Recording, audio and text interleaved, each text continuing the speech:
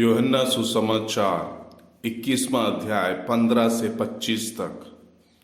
आज संत अपोस्तल का यूहन्ना का पर्व है। देश भर में ईसाई समूह के बीच में संत यूहन्ना के पर्व को मनाने वाले दिवस है। जो यूहन्ना परमेश्वर के वचन को लेके अनेक जगह गए, हमें परमेश्वर के राह को दिखाने वाला उस यूहन्ना के पर्व के दिवस आए हम उस परमेश्वर को याद करें जो हमारे लिए अपने आप को क्रूस पर निछावर हुए, उसके बाद तीसरे दिन जी उठा और हमको रास्ता दिखा के चले गए और ये बोले मेरे वापस आने तक परमेश्वर के वचन को अपने जीवन में अमल रखो।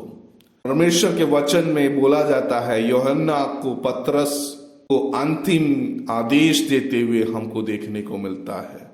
और उसके बाद परमेश्वर जहां 16 और 17 पद जब हम पढ़ते हैं, अपने आप को परमेश्वर के सामने निछावर करते हुए देखने को मिलता है कि परमेश्वर उसको 3 बार पूछता है, तुम क्या मुझसे प्यार करते हो? तो परमेश्वर से जब वो उत्तर देता है, हाँ मैं आपको प्यार करता हूं, क्योंकि वो 3 बार जब पूछा तो वो उसको भी दुखित हुआ। पतरस दुखी हुआ और यीशु ने उससे तीसरी बार पूछा तो उन्होंने उत्तर दिया, आप जानते हैं कि मैं आपसे प्रेम करता हूं। यीशु ने कहा, मेरे भेड़ों को चराओ। वहां हमें एक मनुष्य अपने पिता को पूर्ण रूप से प्यार करते हुए हमको देखने को मिलता है। लेकिन जब परमेश्वर उनसे बोलता है मेरे भेड़ों को चराओ, तो आगे के जीवन में कठिनाई परेशानी सब होगी। इसीलिए 3 बार उससे कंफर्म कर लिया, तुम मुझसे प्यार करते हो। आगे तुम्हारे जीवन एक सुकून ना होगा, दर्द वह हो सकता है, क्योंकि तुम जाके मेरे वचनों को अनेकों को बोलने वाले हो। लेकिन वो तुम क्या बोलोगे? परमेश्वर के प्रेम को बांटने वाले हो।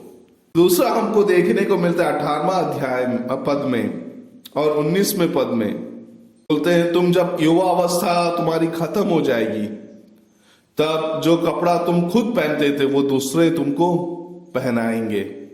मतलब जो कोई अपनी इच्छा के अनुसार चलेगा तब तो चल पाओगे, लेकिन जब परमेश्वर की इच्छा के अनुसार आप चलोगे, आपके जीवन में कठिनाई जरूर होगी, वेदनाएं जरूर होगी, लेकिन परमेश्वर के बारे में समूह में बांट पाओगे। परमेश्वर के वचन को हर कोने में पहुंचा पाओगे। तुम परमेश्वर के वचनों को इतना सुना पाओगे ताकि परमेश्वर का पुनरुत्थान का तुम साक्षी बन पाओगे। परमेश्वर के वचन को साक्षी करने वाला इन संस्था हमारा गिरजाघर है। हमारे गिरजा में जब हम आराधना के लिए आते हैं, वो हमको ये बताने की कोशिश करता है कि हमारा परमेश्वर जीवित परमेश्वर है, हमारा परमेश्वर हमारे लिए जीवित हुआ है। पतरस वो इंसान है जो पहले परमेश्वर को धोखा दे चुका है। हाँ, हमको देखने को मिलता है यूहन्ना 13वां अध्याय 35वां पद में, जहां देखते हैं जहां उसके पतन के बारे में बोला जाता है।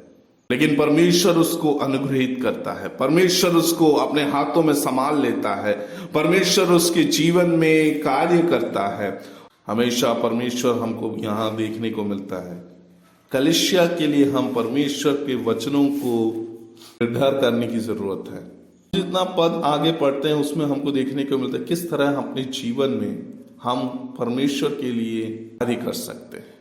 पतरस के जीवन में भी बहुत भी उतार चढ़ाव आया, लेकिन वो अपने आप को परमेश्वर के हाथ में पूर्ण समर्पण करता है, गिरता है फिर उठता है। हम भी हमारे जीवन में बहुत उतार चढ़ाव है।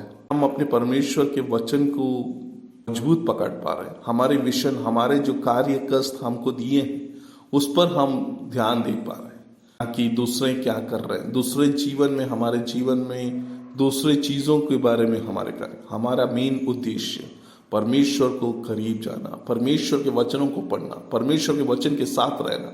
तब हमारे जीवन में हर प्रकार के अनुग्रह और आशीर्वाद परमेश्वर का हमेशा मिलता रहेगा।